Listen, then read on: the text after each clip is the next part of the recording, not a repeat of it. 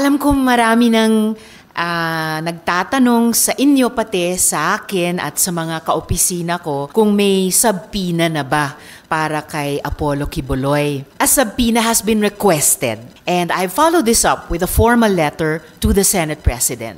At kung totoong walang kasalanan si Quiboloy, kusa na silang magpapakita sa aming pagdinig sa Lunes at hindi pa tago-tago na parang kriminal. Simula nung hinain ko ang resolusyon para imbestigahan ang mga pang-aabuso ni Apollo Quiboloy sa sarili nilang mga miyembro ng Kingdom of Jesus Christ, napakarami na po ang mga lumapit sa opisina para ibahagi ang sarili nilang mapapait na karanasan.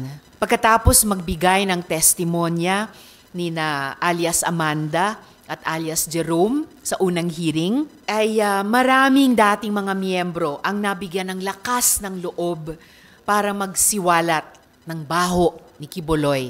Pero sa kabilang dako, dinumog po sila online ng mga alagad ni Quiboloy. Pinaratangan ng kung ano-ano para maliitin ang kanilang katotohanan.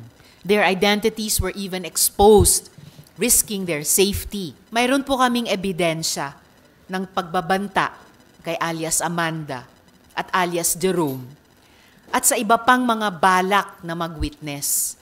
Sa katunayan, ang isa sa kanila, kinasing yung karinderya niya ng mga taong nakamotorsiklo. We also have it on good authority that former members of KUJC are being gathered and promised favors in exchange for not cooperating in our Senate investigation. Ang malala, may ibang mga miyembro ng Kingdom na mukhang inutusan na makipag-ugnayan sa opisina ko para magkunwaring tetestigo tungkol sa mga pang-aabuso ng leader nila. Pero ang totoong pakay pala ay pagmukhang walang kwenta ang hearings ng Senado. Ang kapal, di ba? Iyan ba ang utos ni Quiboloy? Iyan ba ang gawain ng isang anak ng Diyos? To anyone trying to spoil our investigation, this is a warning. Huwag ninyong linlangin ang institusyon ng Senado. Hindi nyo kami basta-basta maloloko. At kay Apollo Quiboloy, dapat managot kayo.